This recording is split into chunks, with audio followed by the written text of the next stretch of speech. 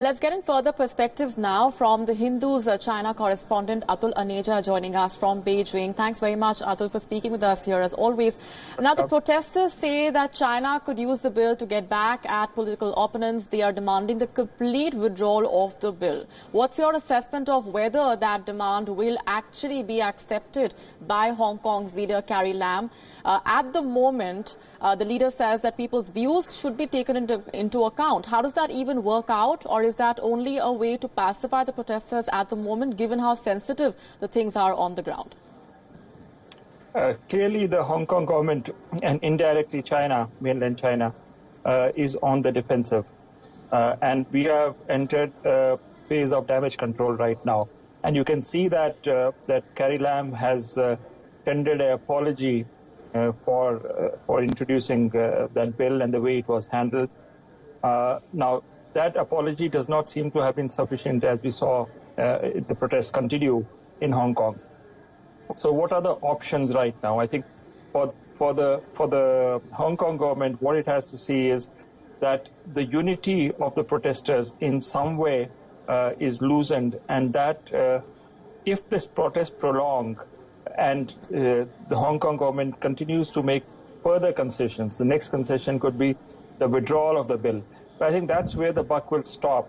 Stepping down right now may not be, we may not have reached that point.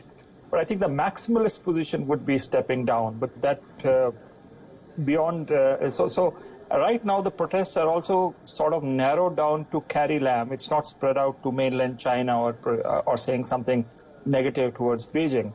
So that was something which Beijing would be, if push comes to shove comes to push, then that is something which Beijing can take.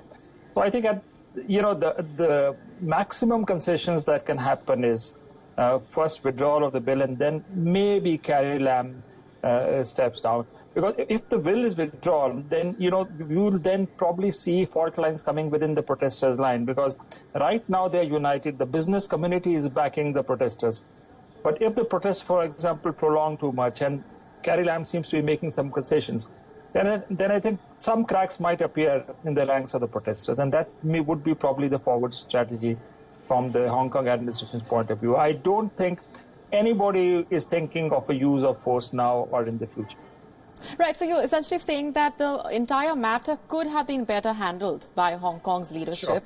Sure. If Carrie Lam does indeed step down over the next few hours or days, where do things go from there? Do you think that means further instability on the ground in Hong Kong?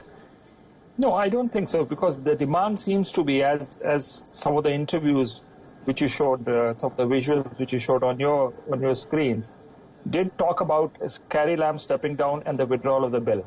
I think that's where the buck will stop. That's the maximum concession which the Hong Kong authorities would be giving. And Beijing might be ready to sacrifice Carrie Lam to ensure that the protest died out. Because as you mentioned, the big picture shows that, that the Trump-Xi talks are going to go ahead at the G20. So it's getting further internationalized and probably getting linked to the broader trade war and the Cold War, in fact, between the U.S. and China. You also mentioned Taiwan coming into the picture with protests coming over there. So I think Beijing is under pressure right now to defuse this crisis as soon as possible. And if that means Carrie Lam's head in the end, I think Beijing would be happy, would be ready to accept that eventuality, I think, at this point in time.